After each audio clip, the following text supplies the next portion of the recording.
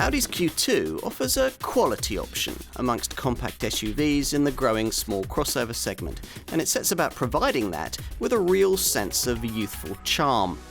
The idea is to deliver the looks of a coupe, the agility of a hatchback, and the presence of an SUV in a product small but perfectly formed.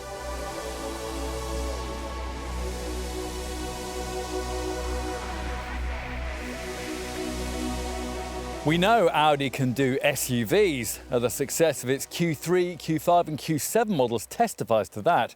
How good the brand will be at bringing us a more lifestyle-orientated crossover, something sportier, jauntier and more fashion-led, well, that's more in question. We're going to find out though, with a whole range of even-numbered Q models, cars that Audi would call SUVs, but models that promise to be style-led, trendier and more dynamic. Here's the first of them. The little Q2.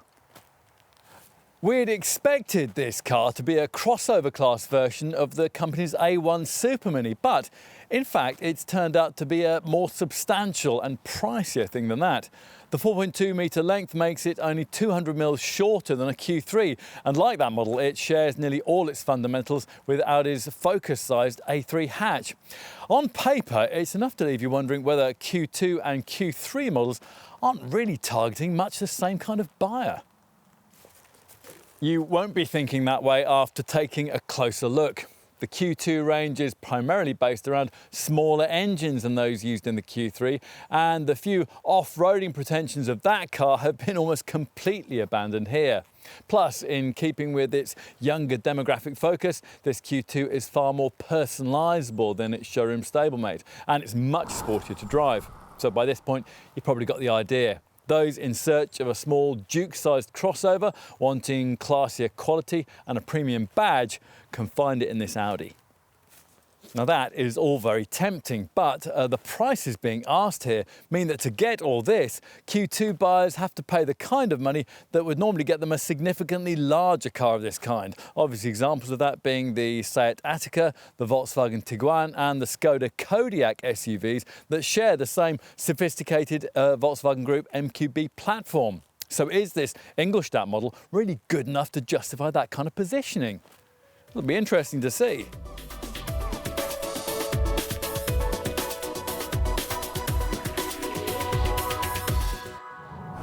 Given that this is a younger, more dynamic kind of Audi, then the brand's decision to try and imbue it with go-kart style handling doesn't come as much of a surprise. So yes, exactly like a Mini. Which means that, just as with the Mini, more mature folk who make the mistake of specifying large wheels and over-firm suspension are going to need to keep their chiropractor on speed dial. Even a fairly standard Q2 rides pretty firmly, especially when fitted with stiffer springs that are offered as a no-cost option on this S-Line model. Stick with the standard dynamic damping setup though, and the compromise reached is quite acceptable given the payoff in cornering agility that's matched in this segment only by the Q2's cousin, Seat Ateca. As with that car, body roll is kept to a minimum thanks to the short wheelbase, the wide stance and the structurally rigid platform provided by the high-tech MQB chassis. You can't go too far with it though. Push really hard through tighter turns, and the torque vectoring system introduces a subtle touch of braking restraint to the proceedings. Overall though, what's on offer here is a level of driving enjoyment that most small crossovers can't even approach. It's certainly nothing like anything we've previously experienced in an Audi Q model. A number of other factors also help here, like the fact that you sit a touch lower than you might expect to in a car of this kind. Plus there's decent levels of grip and traction in the two-wheel drive variants that nearly all customers will choose. The steering's better than the class norm too, borrowed from the S3 hot hatch and using the so-called progressive system that introduces an artificial element of agility and making the ratio become increasingly more direct as you turn. You can also alter how much the steering weights up, providing you've got the Audi Drive Select vehicle dynamic system that's standard as long as you avoid entry-level trim. This is one of those setups that alters the feel of the car to suit the way that you want to drive, tweaking not only the steering but also the throttle response, the stability control thresholds, and on auto models the gear change timings too. There are self-explanatory comfort, dynamic and efficiency mode options, and unlike the rival BMW and Mercedes setups, Audi also provides an auto setting for those who can't decide. Plus there's an individual option that you'll probably never use for those wanting to establish their own mode parameters.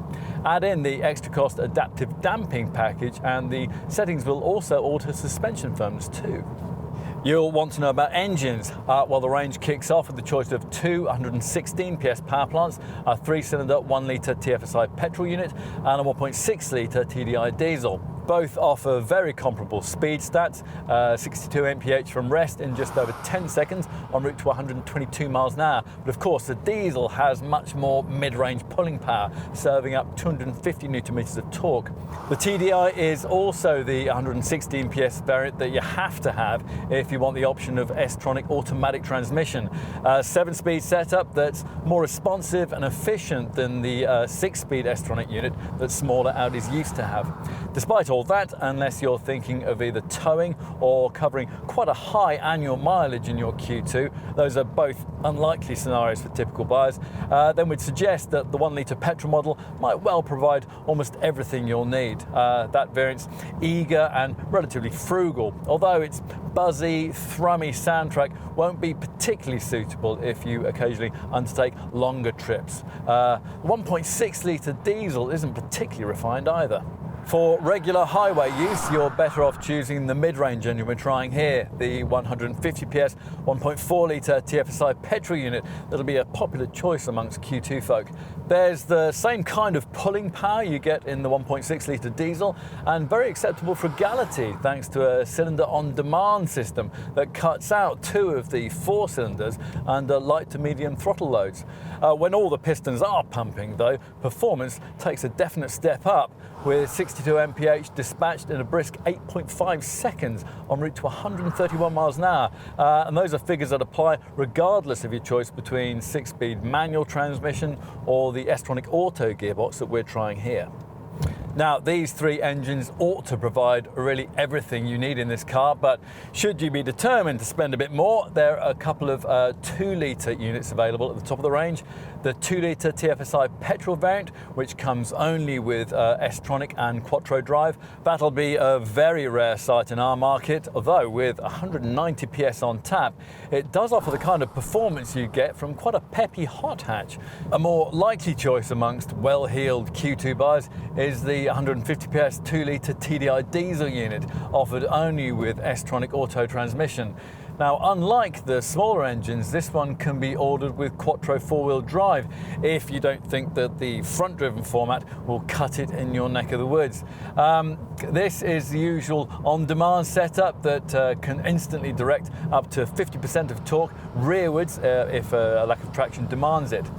There's no ride height increase to go with Quattro drive though, so there's no real off-road capability beyond the very lightest of muddy tracks. 4-wheel drive here is really about helping you to get the torque to the tarmac and making this variant's performance figures rest to 62 miles an hour in 8.1 seconds en route to 131 miles an hour, achievable in all kinds of weathers. Plus, it helps in raising the brake towing capability up to 1.8 tons.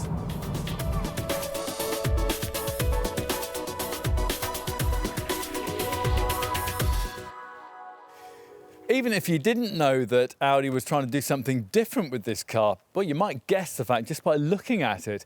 In place of the clean-cut conservatism that characterises most of the brand's other models, the company's new head of design, Mark Lichter, has tried to introduce a jauntier, younger, more individual and highly personalisable demeanour, which is just as well, given this model has to stand out in a segment that's full of charismatic contenders like the Mini Countryman and Nissan's Juke. Now, if you don't like it, then that's probably because you're not the target market. In assessing the success of this mild styling excess, we'll start as ever at the front, where headlamp units that can optionally include full LED illumination feature daytime running lights incorporating distinctive arrow signatures. Now these point towards an octagonal Audi single frame grille, which in keeping with SUV expectation has been positioned high up at the leading edge of this sculpted bonnet. It's an aggressive look that's further emphasised by these large squared off lower vents that sit at the outer edges of a bumper that looks best when, as here, it's been finished in body colour. Move to the side and you get a better perspective on the size of this model. It's 4,121mm length, making it a mere 197mm shorter than its much pricier Q3 SUV stablemate. From here, you better appreciate Audi's further attempts to give this car a bit of extra youthful personality. Take, for example, the so-called C-pillar blade, a clip-on panel available in a choice of 5 finishes, depending on the trim level or option you choose. Now here it's in matte titanium grey. Whatever shade you select, the idea of this feature is apparently to emphasise the coupe-style profile and give the impression that the roof is floating above the car rather than being solidly attached to it. Almost as distinctive is this unusual side character crease, which splits into 2 along the front wing before flowing back into a single crease near the rear door handle. These wheel arch trims can be emphasised with a black plastic finish if you want a more rugged look, and they house alloy rims that range in size from 16 to 19 inches. We've got the 18-inch ones here. Move to the rear, and below this neat integrated roof spoiler you'll find rear lamps that feature optional LED illumination and which have been sculpted to echo the shape of the front lower vents.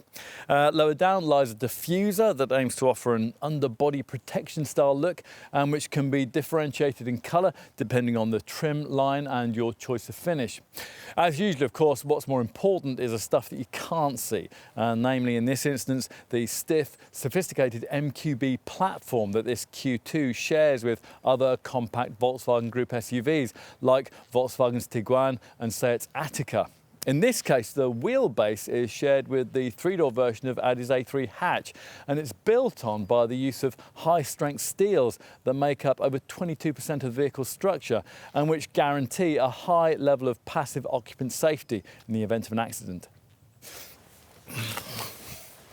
So, time to take a seat inside. Now, as you get in, it doesn't feel especially SUV-like. There's no real step up into the driver's seat. Now, that's intentional to create a sportier feel, yet there is still something of the slightly raised position that crossover customers like so much. In essence, it all means that if you're switching into this car from a conventional Audi hatch, say an A1 or an A3, then the minimum of adjustment will be needed. The fascia design shares a lot with those models too, which means the defining use of these 4 air vents, all styled to look like miniature jet engines, are made up of no fewer than 30 individual parts, including outer rings that are shaped for perfect grip.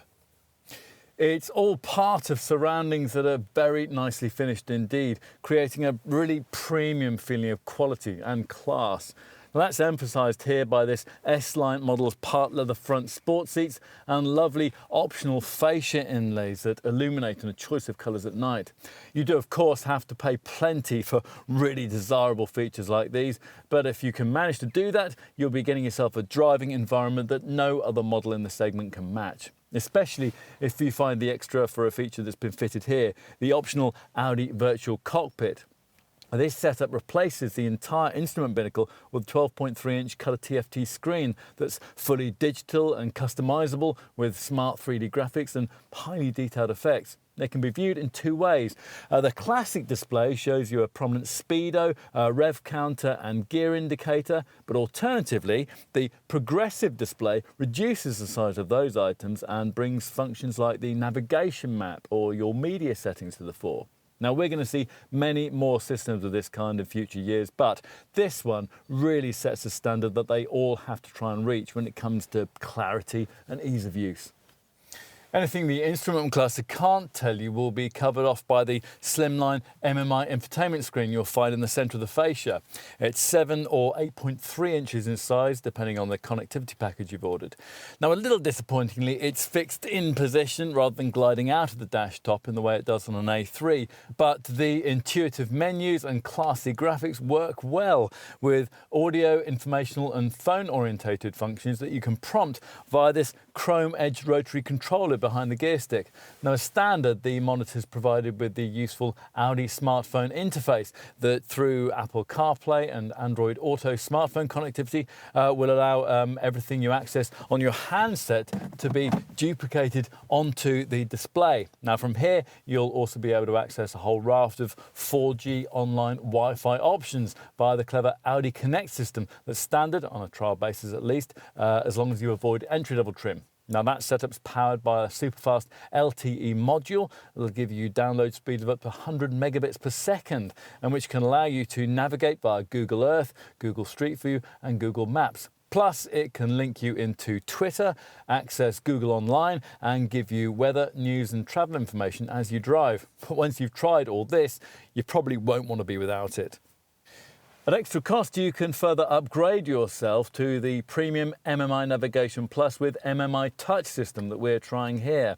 Now, that comes as part of the pricey technology pack that you'll need for that virtual cockpit instrument layout that I mentioned earlier, and features crisp 3D maps, dynamic route guidance, a 10 gigabyte jukebox hard drive and a DVD player. Plus, with this more advanced setup, the rotary controller comes with a touch-sensitive surface that you can trace commands on with your fingertips.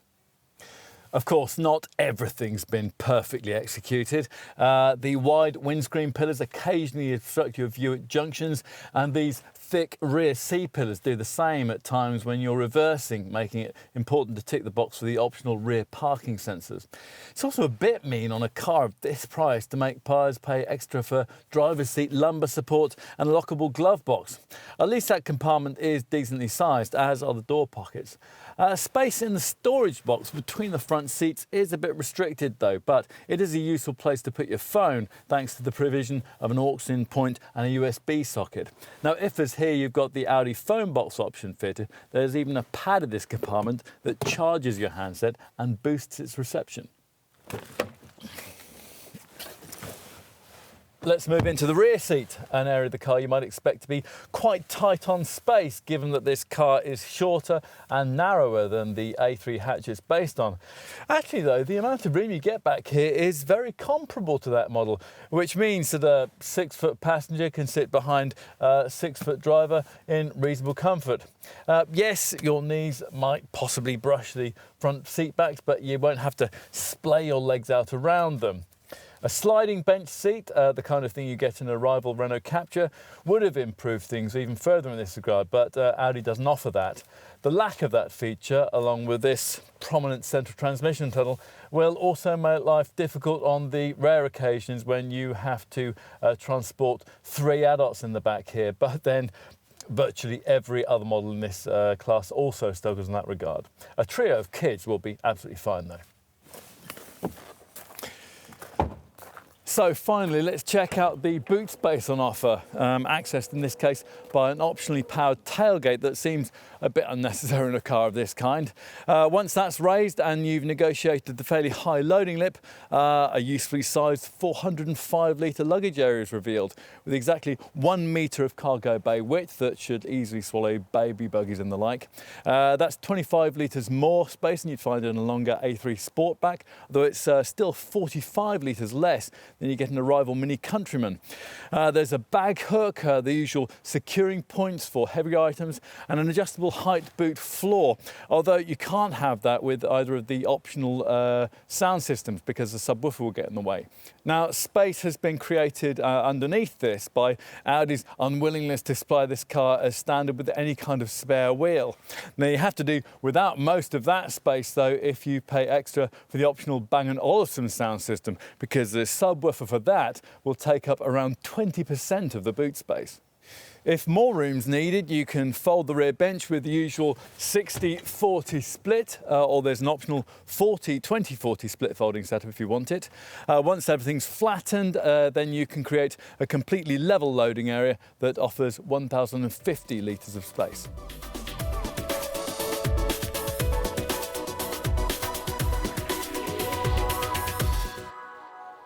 The Q2 opens up ownership of an Audi Q model to a whole new range of buyers. Prior to its arrival, a sum in the £27,000 to £30,000 bracket was necessary for entry-level versions of the company's only slightly larger Q3. In contrast, because the Q2 offers a saving of nearly £3,000 over its showroom stablemate, and because it uses some smaller, more affordable engines, it can be priced from not much more than £21,000, with virtually the whole range costing below £30,000. Don't get too carried away before you consider the caveats though. That entry-level figure applies to a base 1-litre 3-cylinder petrol model that won't really suit if longer trips are on the cards. For those, you'll need to stretch to around £23,000. That's a figure that'll give you the choice of either this model's 1.4-litre petrol unit or an alternative 1.6-litre TDI diesel with a £1,500 option in each case of 7-speed S-tronic auto transmission if you want that. In both cases, you'll be paying fractionally more than you would be for a mechanically similar version of Audi's more conventional A3 Sportback hatch. Quattro 4-wheel drive Q2 buyers comes only further up the range, where it has to be mated to the largest 2-litre diesel engine and S-tronic auto transmission, all of which means quite a hefty asking price of around £31,000. On to rivals. Well, are there any really direct alternatives? Theoretically, you could argue not. After all, the smallest crossover class SUVs that BMW and Mercedes make are really sized and priced to compete more directly with the slightly larger Audi Q3. You're looking at needing to pay in the £26,000 to £27,000 bracket for these least expensive Merc GLA and BMW X1 models. Cars that are going to cost you more to run than this one and which lack this added scope for personalisation. Otherwise, the only other options come with mainstream maker badge work. There is, of course, a big saving, potentially well over £5,000 to be gained in this segment by choosing something like a Nissan Juke or Renault Captur over a Q2. But we don't think that many potential Audi buyers will be tempted to do that.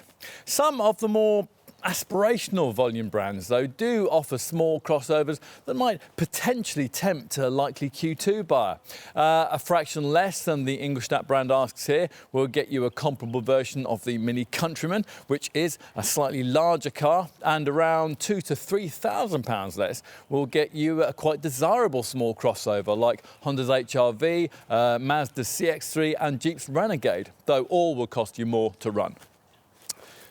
Ultimately, of course, it depends on what you want, and if it's a car of this kind with half sensible pricing and a credibly premium badge on the bonnet, then it's difficult to avoid the notion that a Q2 might well suit your requirements perfectly. Now, if you agree that to be the case, then you're going to need to know just how generous Audi's been with the standard specification. So let's take a look at that. Base SE trim is recognisable by its 16-inch 5-spoke design alloy wheels and C-pillar blade panels finished in metallic Manhattan grey. And you get a progressive steering feature that varies the steering ratio based on your speed, supposedly making high-speed cornering more direct and parking easier.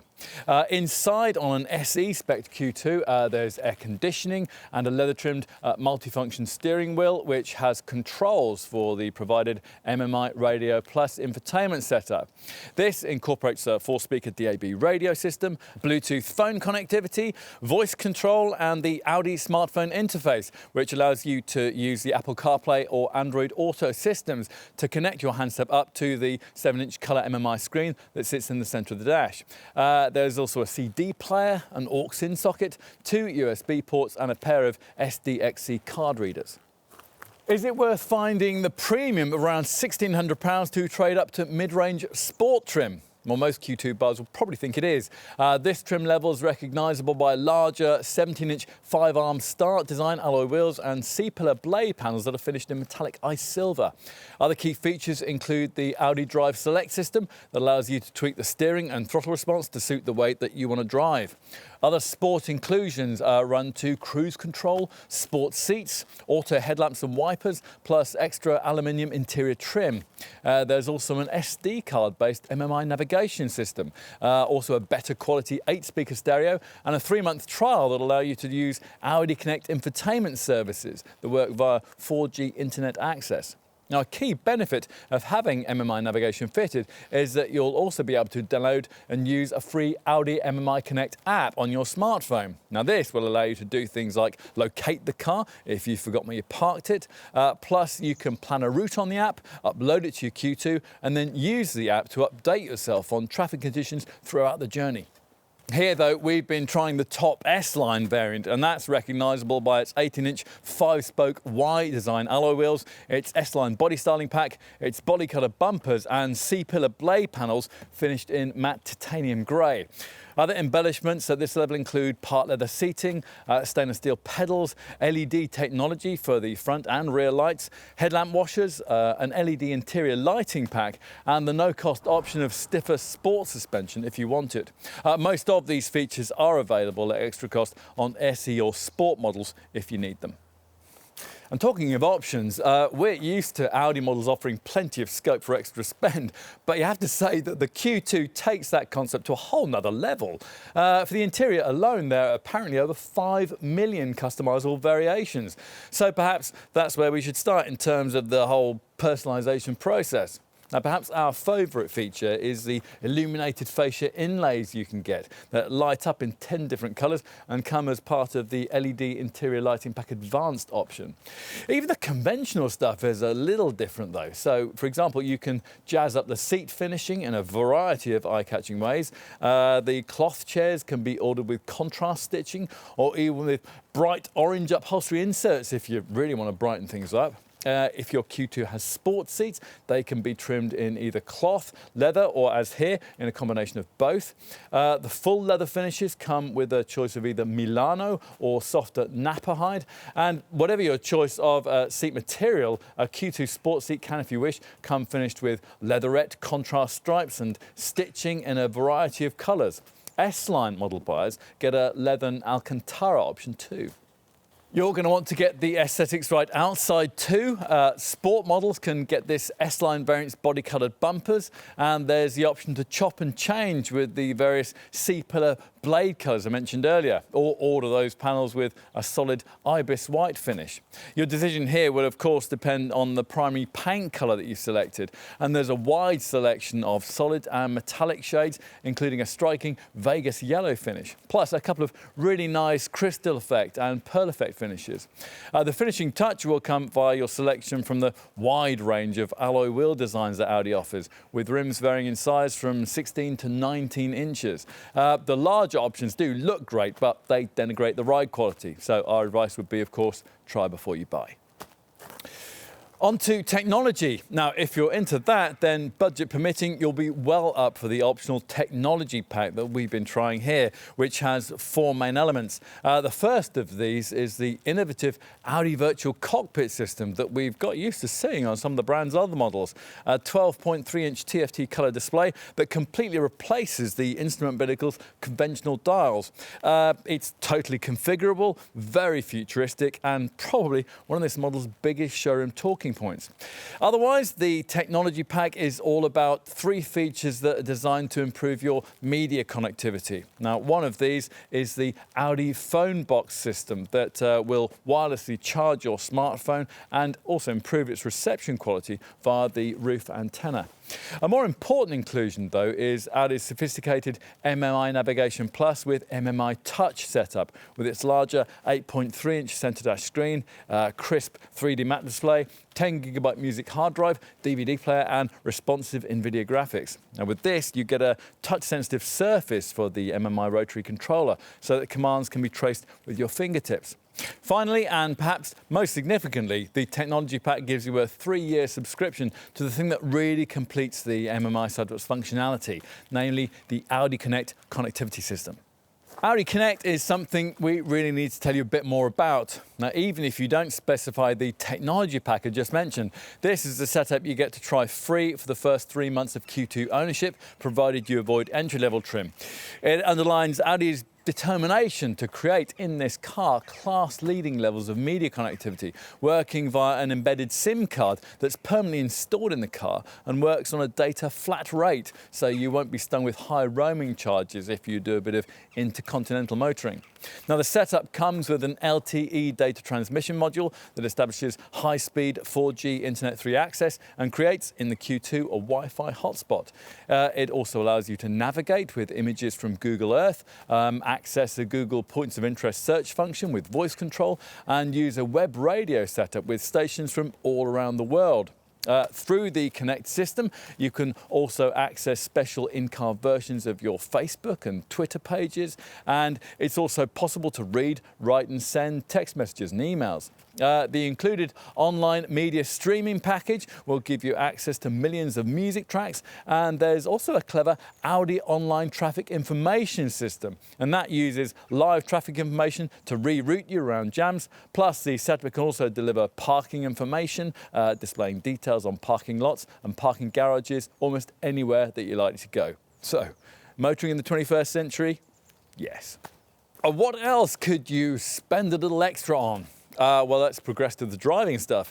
You can have this S-Line variant's stiffer sport suspension. That's a setup lowered by 10 millimeters as an option on lesser sport derivatives. A better solution, though, is the optional adaptive damping package, which works through the settings of the Drive Select driving mode system that almost all Q2 buyers will want. Drive Select, by the way, is an option with SE trim, which, as I mentioned earlier, is the only spec level that doesn't feature that as standard. As for other driving-related extras, well, if you haven't stretched up to this model's S-Line spec level, you can also add in a full LED headlamp and tail light package that includes Audi's eye-catching scrolling dynamic rear indicators. And all Q2s can be specified with a headlight high beam assist system that'll automatically dip your lights for you at night. Cruise control is another option, or you could go further and get an adaptive cruise control setup that uses radar sensors to automatically regulate your highway speed. A head-up display is available at extra cost too, and we should mention parking. There's plenty of optional help for that, whether you want rear parking sensors, a rear view camera, the Audi Parking System Plus setup that guides you with a visual display, or even the full Park Assist package that actively searches for spaces and then can automatically steer you into them. What else? Well, your journeys are going to be a touch more pleasant if you've upgraded the audio setup, either to the 10-speaker, 180-watt Audi sound system we've been trying here, or even better, the 14-speaker, 705-watt Bang & Olufsen setup with its concert hall quality 3D surround sound. This particular model also has an extended interior upholstery pack that delivers a stitched leatherette finish for the front knee pads and the door armrests. Plus, it has a comfort pack that additionally gives you heated front seats, dual zone climate control and rear parking sensors. Other key options Q2 buyers might want to look at include a panoramic glass sunroof, an advanced key keyless entry and start system, privacy glass, power folding mirrors and an auto dimming rear view mirror. The steering wheel can be heated, and if you've avoided entry-level trim, you might want to pay extra to have that in sporty, flat-bottomed form. Plus, you might also want to look at upgrading the front seats with things like heating elements and four-way powered lumbar support.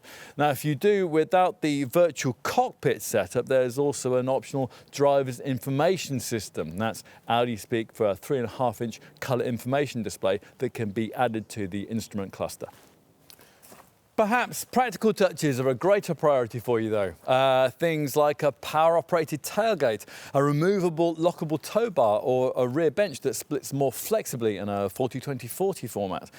We'd also want to pay extra for the storage and USB rear pack that gives you nets in the front seat backs, storage area that's under the front seat, lockable glove box, a net and a light for the boot, and 2 USB charging points for rear-seated folk.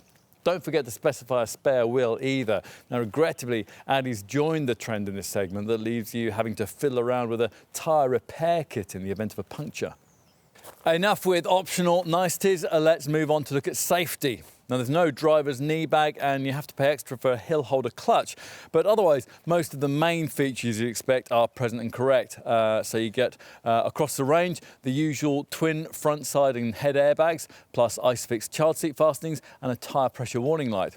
The usual electronic assistance for braking and stability control is included, as well as adaptive brake lights that flash during emergency stops to warn following motorists. Audi Presense front autonomous braking is standard on all models. There's also a multi-collision brake assist system that after an impact will automatically apply the brakes to stop you from going on to hit something else. Now pay a little extra and you can also add in Audi's clever Audi Presense basic system that tightens the seat belts, closes the windows and activates the hazard warning lights if the electronics suggest that a crash impact's imminent. The really sophisticated electronic safety features, though, are all on the options list. And to get those, you'll need one of the brand's optional driver assistance packs. Go for a pack like that and you'll get adaptive cruise control, active lane assist to help you stay in lane, and a traffic sign recognition feature that'll work if your car's been fitted out with navigation. Plus, Audi will also throw in the Parking System Plus and high beam assist features that we mentioned earlier. On an S-tronic automatic Q2, that driver assistance pack includes two further features. A clever traffic jam assist element that'll allow the car to effectively drive itself in heavy traffic at speeds of up to 40 miles an hour, and an emergency assist setup that works when the active lane assist and adaptive cruise control systems are active, monitoring your reactions. Now, if the electronics sense no driver activity, let's say, for example, you were suddenly taken ill, then if the warnings aren't responded to, the car will be held in lane and gradually, automatically, completely brought to a standstill. It's all very reassuring. Q2 buyers who specify the technology pack we mentioned earlier and who want to go even further with standard electronic safety cleverness can ask their Audi Centre to add in the Driver Assistance Pack Advanced option. Now with this, as a starting point, you'll get all the Driver Assistance Pack features I just mentioned, the exact ones depending on your car's transmission choice. Then to these elements will be added Audi Side Assist. That's a system that stops you from pulling out to overtake when there's a vehicle in your blind spot, and which also includes a feature called Cross Traffic Assist Rear, and this alerts you to oncoming traffic when you're reversing out of a parking space. Now with all of that fitted, you really would be doing very well to have an accident in your Q2.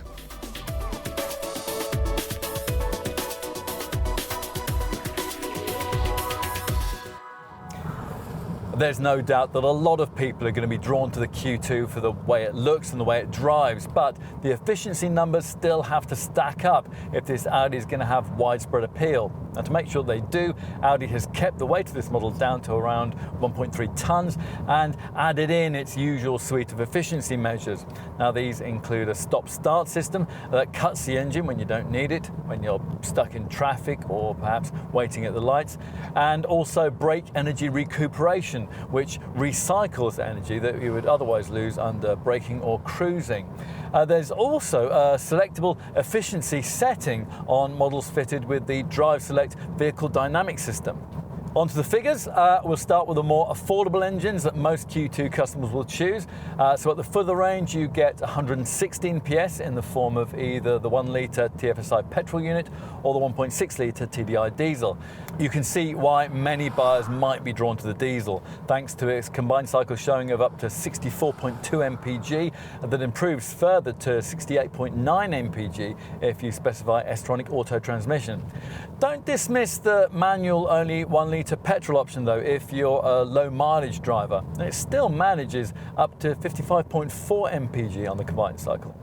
Here though, we're trying the 150 PS 1.4 litre TFSI petrol model that Audi expects a large proportion of Q2 buyers to choose.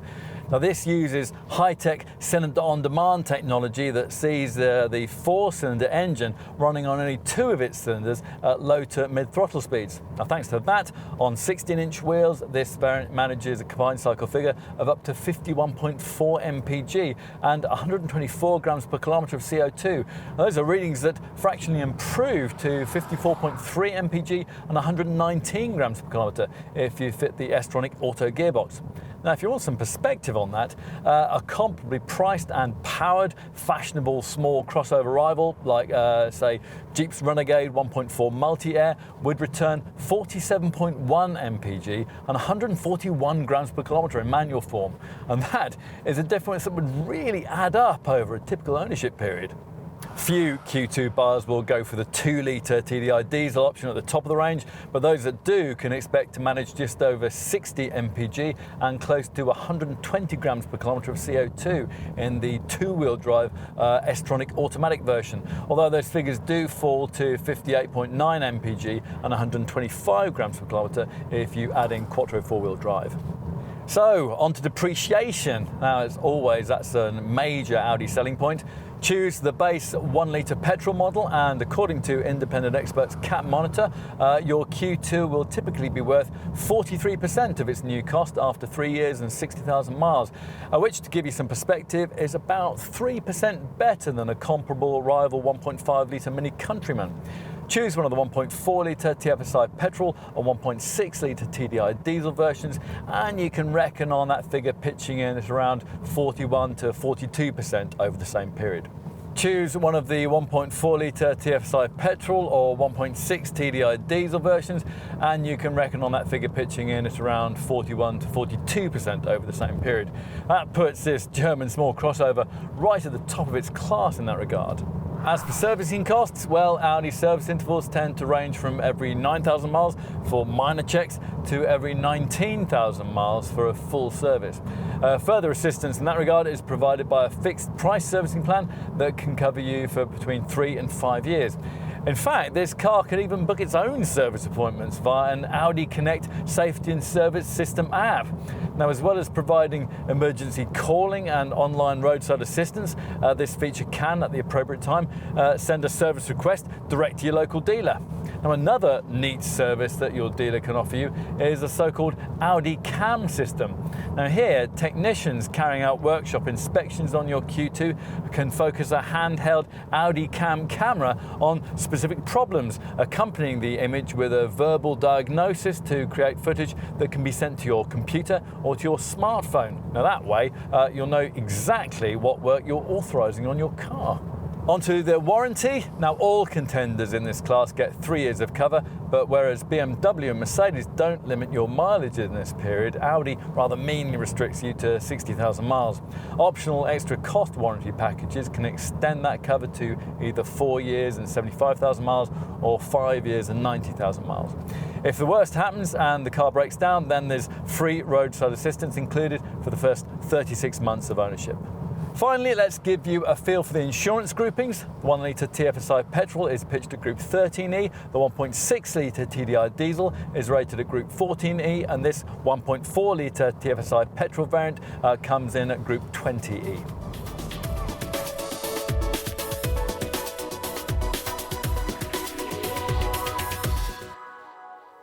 We started this review thinking that this Q2 might steal sales from some of Audi's other models, primarily those in the Q3 and A3 ranges. We're finishing this film, though, quite convinced that it won't. This product, you see, is very different to almost anything else the company makes, with a younger, trendier, more fashion-led feel. If you like, it represents Audi's playful side. Yes, there is a premium necessary for purchase, but you'd expect that. Pay it and you're rewarded with brilliant build quality, a classy cabin and really strong residuals that will return much of your original investment to you when the time comes to sell. It all explains why this car is managing to appeal to so many people in the compact crossover segment, especially perhaps those who might otherwise have bought a mini badge product. It's not perfect, of course. Not everyone will like the styling. You'll need to avoid the larger wheel rim sizes if you want a decent quality of ride. And some, ourselves included, might find themselves a little disappointed that the premium pricing doesn't deliver a little more in terms of standard kit. Otherwise, though, there's very little to criticise. I mean, Audi may have taken its time in entering this part of the crossover segment, but it's been well worth the wait. The Q2 is fun, it's fashionable, and it's perfectly pitched for aspirational compact crossover buyers. Now, if you are one of those people, we think you're probably going to want one.